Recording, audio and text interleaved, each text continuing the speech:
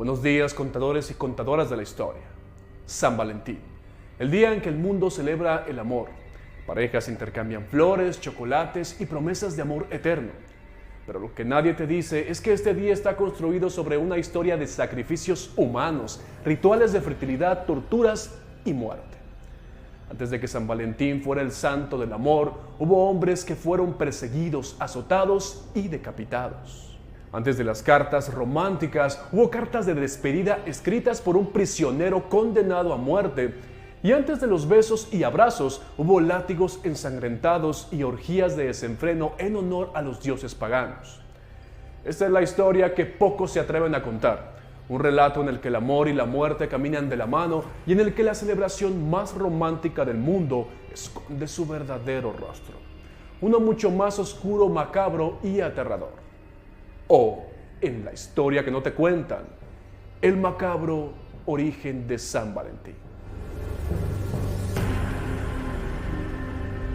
El origen pagano, la fiesta de las Lupercales. Para comprender el verdadero origen de San Valentín debemos retroceder en el tiempo, mucho antes de que el cristianismo llegara a Roma. En el siglo IV a.C., los romanos celebraban una festividad sangrienta conocida como las Lupercales, que ocurría cada 13 de febrero. En el corazón de la ciudad, las Lupercales no solo eran una fiesta, eran un ritual de fertilidad, una ceremonia brutal en honor a Luperco, el dios de los pastores y de la fertilidad, cuyas bendiciones se pedían para asegurar buenas cosechas y, por supuesto, para aumentar la reproducción humana. Los sacerdotes llamados Luperci, vestidos con pieles de los animales sacrificados, comenzaban la ceremonia golpeando con estas mismas pieles a mujeres presentes, creyendo que al ser tocadas por la sangre y las pieles quedarían más fértiles. Este acto de fertilización era más brutal de lo que hoy podríamos imaginar. Verán, las mujeres se alineaban para ser azotadas sin importar su voluntad. La sangre de los sacrificios caía sobre ellos y las pieles de los animales aún calientes se convertían en símbolos de la virilidad y fertilidad de los romanos, y ellos creían esencial para su supervivencia.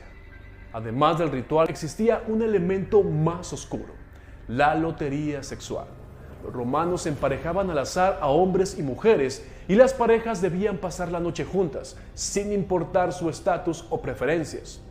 Muchos de estos emparejamientos resultaban en matrimonios forzosos, aunque otros solo buscaban el placer sin compromiso.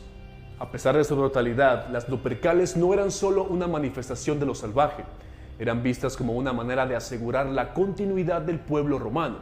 Pero como todo en Roma, las Lupercales eran más que una fiesta de desenfreno. En su núcleo estaban el sacrificio y la violencia, algo que la iglesia cristiana no podía permitir en su nueva orden. Y así en el siglo IV comenzaron a desaparecer, dejando solo vestigios de lo que alguna vez fue un ritual macabro.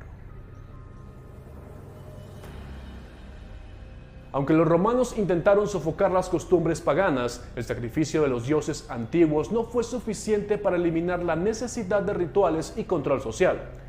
En su lugar, la iglesia cristiana transformó esta fiesta en algo mucho más peligroso para aquellos que desafiaban el poder: la celebración de un mártir que, al igual que los sacrificios de antaño, pagó con su vida por sus creencias. San Valentín, el mártir del amor. Ahora sí viene lo bonito, ¿o no? San Valentín, el nombre que hoy asociamos con flores, corazones y promesas de amor eterno. Pero ¿quién fue realmente este hombre? ¿Un santo de ojos bondadosos o un mártir cuyo sacrificio reveló las oscuras fuerzas que rigen la vida y la muerte? En el siglo III, bajo el emperador romano Claudio II, el imperio se encontraba en medio de una crisis. Las guerras, las revueltas y las dificultades para reclutar soldados se habían convertido en una constante amenaza. Claudio, conocido por su mano dura y su necesidad de controlar todos los aspectos de la vida romana, tomó una decisión brutal: prohibir los matrimonios entre los jóvenes, pues creía que los hombres solteros eran mejores soldados, más leales y menos distraídos por los lazos familiares. En medio de esta brutal prohibición aparece Valentín, un sacerdote cristiano que se oponía abiertamente a la decisión de Claudio. Valentín, desafiando las órdenes del emperador, comenzaba a casar en secreto a las parejas jóvenes que deseaban unirse. Lo hacía bajo la sombra de la iglesia, en la oscuridad de la noche, celebrando bodas ilegales en un acto de rebeldía divina. Pero Claudio II no era un hombre dispuesto a permitir que se desafiaran sus decisiones.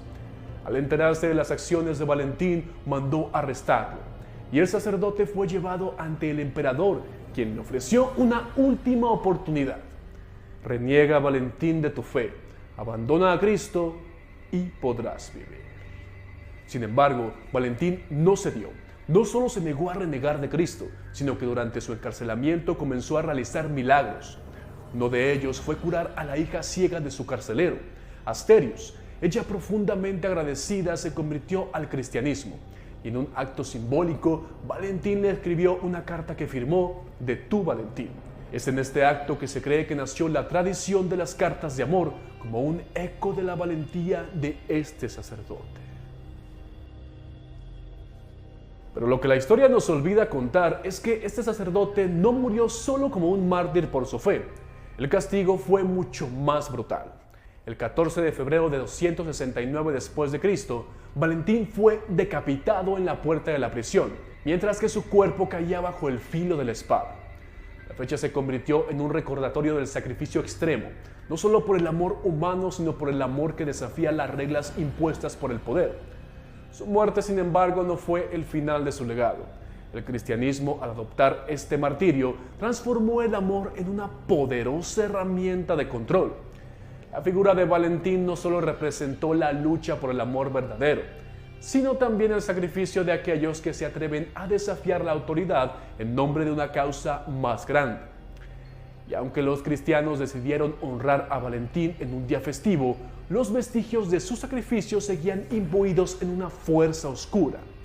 Los corazones rotos, las promesas incumplidas y las vidas entregadas por amor son ecos en las almas de aquellos que celebran el 14 de febrero. El oscuro giro de la iglesia. El sacrificio de Valentín, su vida entregada por el amor, parecía suficiente para sellar su lugar en la historia, pero lo que vino después fue aún más retorcido. La iglesia cristiana, en su lucha por dominar la vida de los pueblos, no dejó escapar la oportunidad de transformar lo que había sido un acto de rebelión en algo completamente suyo. A medida que el cristianismo se afianzaba en Roma, las celebraciones paganas se reconfiguraban. Las fiestas de los dioses, por ejemplo, como las Lupercales, que representaban la fertilidad y el amor, fueron lentamente reemplazadas por un amor que no solo buscaba la redención, sino también la sumisión a las normas de la iglesia. El amor, este acto tan profundamente humano, pasó a ser un mecanismo de control. San Valentín, el mártir, se convirtió en el santo patrono de los enamorados, pero no solo en el sentido que hoy celebramos. La iglesia ya no promovía el amor libre, la rebelión contra el emperador, ni los matrimonios clandestinos. No. Ahora, el 14 de febrero era un día para recordar el sacrificio, la pureza y la obediencia a un Dios que dictaba el amor como una obligación, no como una elección, porque si no te castigan. La iglesia, al incorporar San Valentín a su calendario, no solo lo canonizó como mártir del amor, sino que lo convirtió en un símbolo de las luchas internas de la fe, de las personas atrapadas entre la carne y el espíritu, entre el deseo y el sacrificio.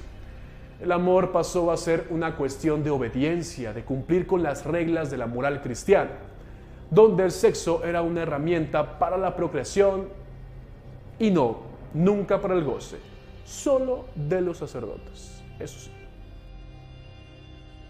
Pero el oscuro giro no terminó ahí. En los siglos siguientes, cuando la iglesia consolidó su dominio, el 14 de febrero pasó a ser también un recordatorio del sufrimiento de Cristo.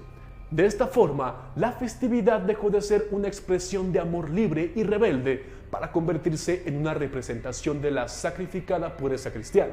Las cartas de amor, en lugar de ser un símbolo de libertad emocional, se convirtieron en actos de devoción en agradecimiento a un santo que en su muerte sacrificó todo por una fe que oprimía más que liberaba. Y así, lo que comenzó como un acto de desafío ante el poder de Roma y la opresión del amor por parte del Estado, se fue transformando año tras año, hasta convertirse en lo que conocemos hoy.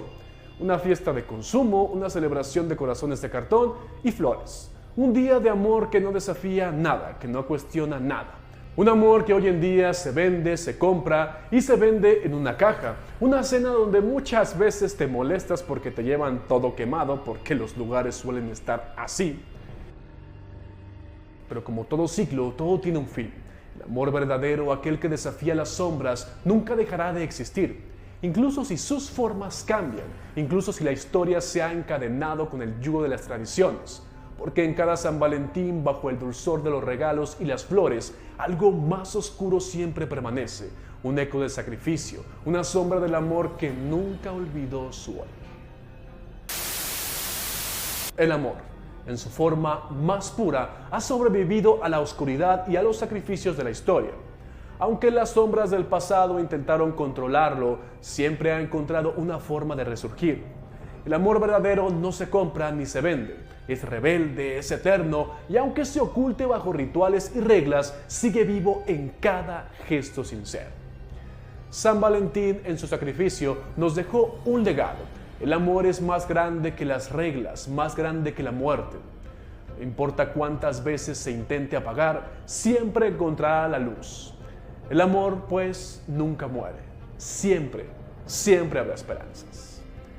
Yo soy Fernando Magaña y desde aquí, desde mi corazón, te deseo feliz San Valentín. Hasta la próxima. Este se vio muy Walter Mercado, ¿no?